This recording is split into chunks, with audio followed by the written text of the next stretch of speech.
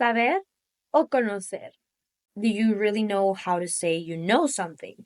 And do you know how to say that you know something? Is it confusing?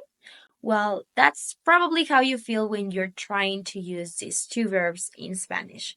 Saber and conocer. They're both translated as to know if you look them up in the dictionary. So today we are gonna cover that specific topic in Spanish. Hola a todos, hello everyone, bienvenido a todos. Thank you for being here in Spanish 55. And if you're new here, grab a cozy seat. Okay, so let's begin with saber. Yo sé, tú sabes, él, ella, usted sabe, nosotros sabemos, ustedes saben. Saber is one of the most used verbs in Spanish language. It's basically used to express that you know things like details, even random trivia, right? So think of it as I know stuff verb. I know stuff. I know all the stuff. I know some stuff. Great. Now that we've got that down, now let's take a look into conocer.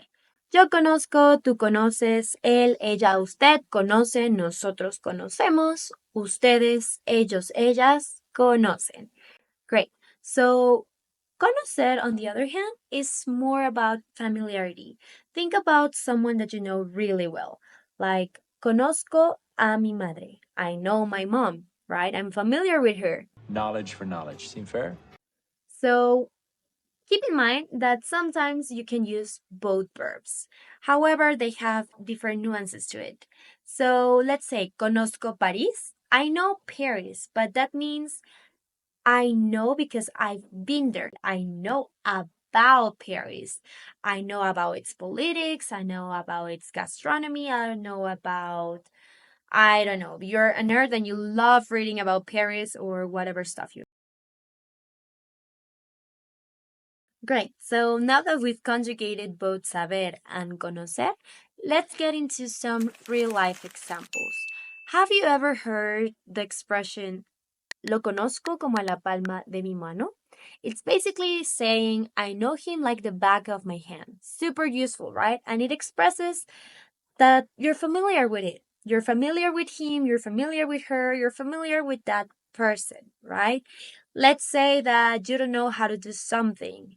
And if you have two left feet like me, you can say no sé bailar. I don't know how to dance.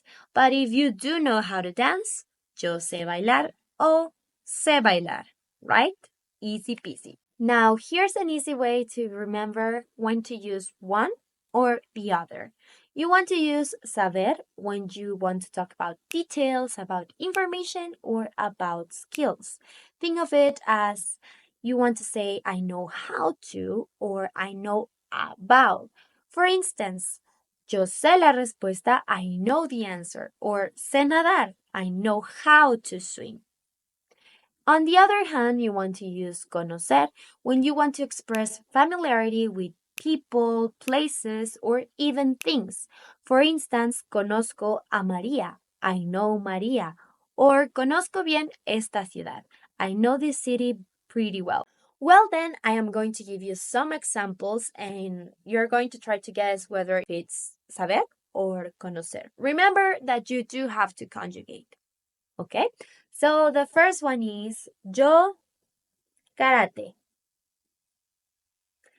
And the answer is yo sé karate. Because karate is a skill, so I know karate, right? The next one, mi amigo a mi madre. The answer is mi amigo conoce a mi madre because he is familiar with her, right? He knows her. And the last one, ustedes, mi secreto.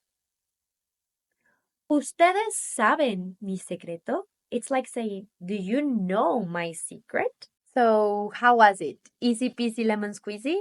I know it was. I know it was. Before I go, if you're curious and if you like this video, you would like to know about more basic Spanish frequently asked questions, I highly suggest that you check out my friend Danielle's series, Spanish for Complete Beginners. You probably heard this before.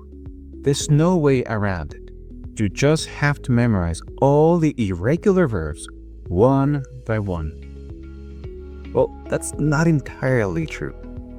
When you look at them closely, they do have some small patterns that can help you to learn them a little bit faster. Hi everybody, I'm Daniel and welcome back to part 5 of our new series, Spanish for Complete Beginners.